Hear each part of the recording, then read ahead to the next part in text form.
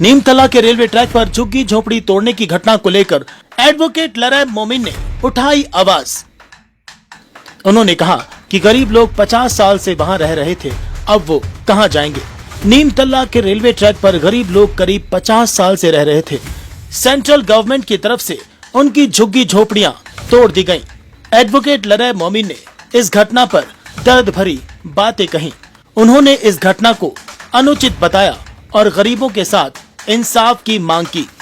उन्होंने कहा कि सरकार को गरीबों के पुनर्वास की जिम्मेदारी निभाने की जरूरत है। इस घटना से पता चलता है कि गरीबों के साथ इंसाफ करने की जरूरत है और सरकार को उनके पुनर्वास की जिम्मेदारी निभानी होगी। जी, दुख तो होगा ही। अगर इंसानों पर बुलडोजर चलेगा तो दुख होगा, लेकिन ये कुछ नया चीज है नहीं। बुलडोजर की सरकार तो बीजेपी की सरकार है ही, सेंट्रल सरकार बुलडोजर की सरकार है। पहले आपने यूपी में देखा होगा, दिल्ली में देखा होगा, अब बंगाल में देख रहे हैं।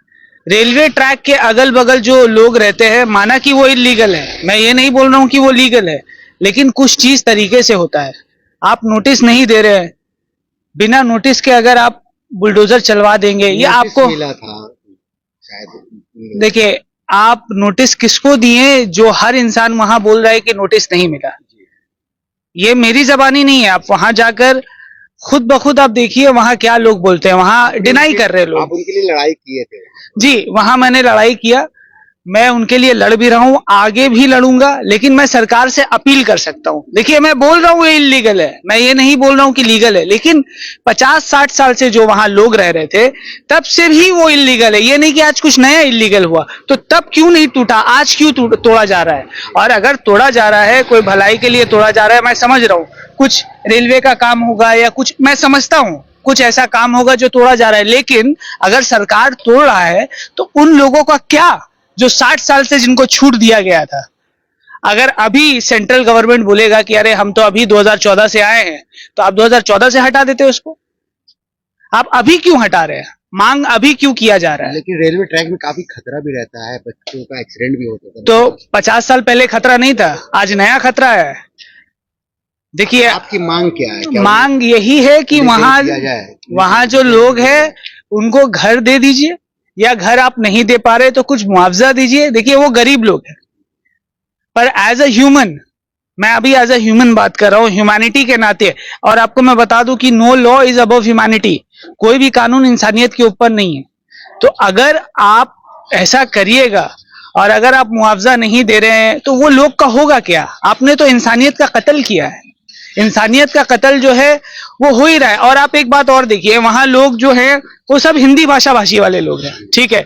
आज एक तरफ सेंट्रल की जो हमारी सरकार है, वो एक तरफ हमारे बांग्ला भाषा भाषी वाले लोग को मुंबई में, महाराष्ट्र में मार रही है। कई जगहों से लेबर जो हमारे बांग्ला में बोलने वाले हैं उनको जेल करवा रहा है, मार रहा है, भगा रहा है। और आज हिंदी भाषा भाषी लोग पर भी उन्होंने अटैक कर दिया। तो मैं ये हिंदी भाषा भाषी वाले लोग को भी बोलना चाहूंगा, ये मैसेज देना चाहूंगा कि ये सरकार ना बांग्ला का है, ना हिंदी का है, ना उर्दू का है, ना किसी का है। ये सरकार बस अपने मुफाद का है। इंक्रोचमेंट देखा जाता है, बंगाल में भी काफी तोड़ा जा रहा है। अभी कुछ दिनों पहले हाजी मोहम्मद मोहसिन स्क्वायर में से भी झुग्गी झोपड़ी को हटाया गया। ये तो स्टेट गवर्नमेंट की तरफ से था, इस पर क्या कहना चाहेंगे? देखिए, झुग्गी झोपड़ी जो भी हटाया जाए, मैं आपको ये बोलूंगा, कोई भी घर हटाया जाए, उस घर को जो हटाया जा रहा है, मैं एज अ ह्यूमन अभी बात कर रहा हूं कि उनको कुछ ना कुछ उनको दे देना चाहिए। अगर हटाया जा रहा है एक तरफ से, तो एक तरफ कुछ दे देना चाहिए, कुछ भी लिटिल बिट की। उनको रहने से नहीं, देखिए वो कहां जाएंगे? आज आप एक झुग्गी झोपड़ी हटाइएगा, कल वो दूसरा कहीं ना कहीं फिर जाके बनाएंगे, फिर 10 साल 20 साल बसर रहेगा, फिर उसके बाद तोड़ाई होगा उसका भी। तो एक कुछ इसका परमानेंट सोल्यूशन एडमिनिस्ट्रेशन को निकालना चाहिए। वहां पर लोग रहते थे, वो क्या काम करते थे, पता चला आपको? जी, काम लेबर का काम करते थे। लेबर ही रहेंगे वहां। आप देखिए, वो रोज खाने और कमाने वाले लोग हैं। कोई वैन टानने वाला है, कोई चाय बेचने वाला है, कोई फेरी घाट पे बैठने वाला है, ऐसे ही लोग आपको मिलेंगे। क्या स्टेप लेंगे वहां? जी, मैं वहां गया, देखिए मैं कुछ स्टेप नहीं ले सकता। I am a person not above the law. जो नोटिस आया है उस नोटिस को हम लोग को, तो सही बात है, कोई भी कमांड अगर आता है तो we have to follow that. लेकिन प्रोटेस्ट बोल के कुछ होता है, हम इसके खिलाफ, हम इस चीज के खिलाफ नहीं है कि इलीगल चीज को तोड़ा जाए। लेकिन मेरा ये सवाल है कि जो 60 साल से जो इलीगल था, आज उसको आप इलीगल बोल रहे हैं, 60 साल पहले आप कहां थे? या आप बोलेंगे कि अरे मेरी सरकार तो 2014 में आई, तो उस समय से लेके अभी तक आप कहां थे? आपको नहीं दिखा क्या? आपको मतलब आपका जो आंख है वो किस चीज का आंख है? दिन में आपको दिखाई नहीं दे रहा है या रात में नहीं दिखाई दे रहा? मुझे समझ नहीं आ रहा है। ये सेंट्रल गवर्नमेंट को सोचना चाहिए। और मैं ये नहीं बोल रहा हूं कि इलीगल चीजों को हटाए नहीं जाए, हटाइए, पर there should be some solution because they are Indians.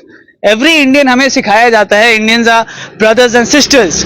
अगर हम अपने भाइयों और बहनों को बेघर कर देंगे तो वो कहां जाएंगे?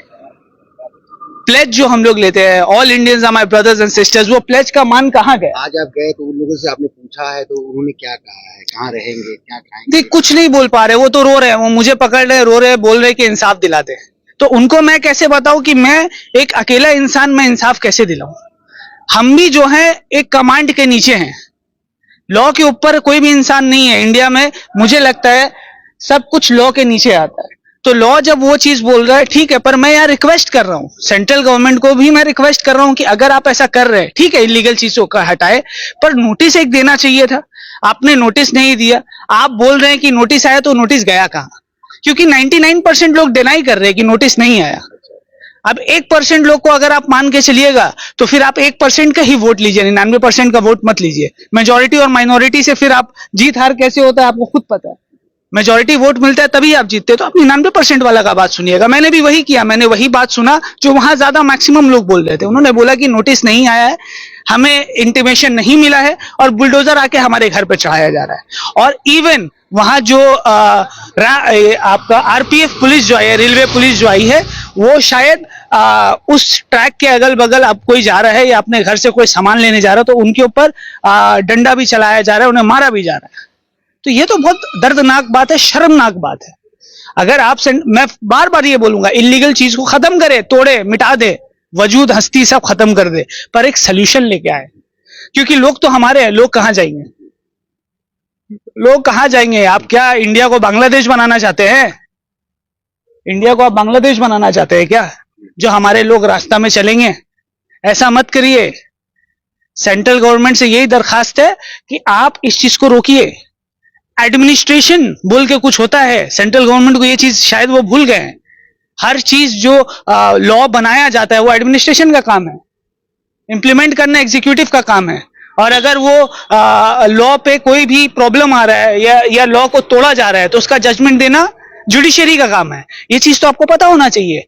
इंप्लीमेंटेशन, और आप सबसे पहले तो आप पावर दे एडमिनिस्ट्रेशन को, आप उनके दिमाग से चले। अरे लोग आईएएस क्यों बन रहे हैं, इतना पढ़ाई लिखाई करके डीएम क्यों बन रहे हैं, आईपीएस क्यों बन रहे हैं? उनके साथ बैठे सुझाव करे कि इस पे कैसे क्या करना है, एक परमानेंट सोल्यूशन पे आए। अगर आज परमानेंट सोल्यूशन पे नहीं आ रहे तो ऐसे कई करोड़ों लोग हैं जिनको आप हटा रहे हैं, बेघर कर रहे हैं, तो कैसे चलेगा ये? आज वो हैं, कल कोई और होंगे, तो ऐसे ये चेंज चलता जाएगा। हाथ जोड़ के रिक्वेस्ट करता हूं, सोल्यूशन निकाले। लोग को बेघर करके अगर आप जीतते हैं तो ये जीत नहीं है, ये हार है, और इस हार को आपको स्वीकारना पड़ेगा। जय हिंद, जय बांग्ला।